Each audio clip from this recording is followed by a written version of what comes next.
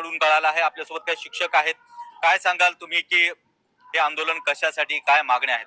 Sir आम्ही बेरोजगार भावी शिक्षक आहेत. एका बाजूला शिक्षक जे आहेत त्यांना सुप्रीम कोर्टाने एक रिट जी काही सिव्हिल अपील होती त्याच्यानुसार 1385/2025 नुसार शिक्षकांना टीईटी बंधनकारक केलंय आणि पूर्ण राज्याच्या शिक्षणाचं ओझं जे आहे ते कंत्राट शिक्षकाच्या खांद्यावर ठेवलं. मग लाडके भाऊ असो, मग इतर कुठलेही कंत्राट असो, जवळपास राज्यामध्ये 75,000 कंत्राट शिक्षक आहेत. आणि दुसऱ्या बाजूला राज्यामध्ये आम्ही 20-20, 10-10, 15-15 वेळा टीईटी शिक्षक पात्रता परीक्षा, सीटीईटी पात्रता परीक्षा जी आहे ते पास आहोत आणि आज शिक्षक व्हावं यासाठी रस्त्यावर बसलोय. पण आज जवळपास 6वा दिवस सुरू आहे आंदोलनाचा आणि अधिवेशनाच्या पहिल्या दिवशी आम्ही एक एल्गार मोर्चा काढला होता विधान भवनावर. तो आमचा पहिला मोर्चा होता. 1,500 आम्ही अभियोग्यता धारक होतो आणि शिक्षण मंत्री महोदयाने तात्काळ त्याची दखल घेतली. पण आमच्या ज्या मागण्या होत्या त्या मात्र 100% मागण्या पूर्ण केल्या नाही.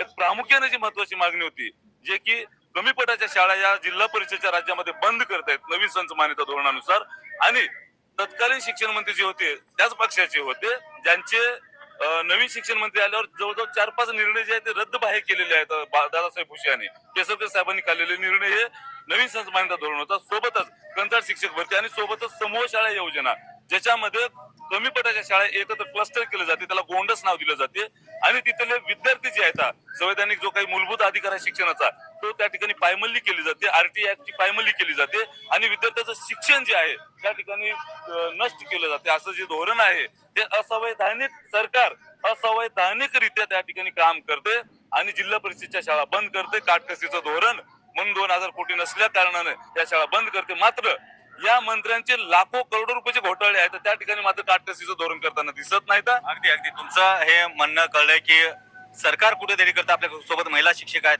कुठून आला तुम्ही? गोंदिया. काय मागण्या आहेत तुमच्या? सर आमचं जे शाळा समूहकरण म्हणत आहे ते रद्द करणं आणि कंत्राटी जी भरती करत आहे ते रद्द करणं ही आमच्या मेन मागण्या आहेत. आणि त्या या महाराष्ट्रभर सगळीकडे हाच प्रकार आहे.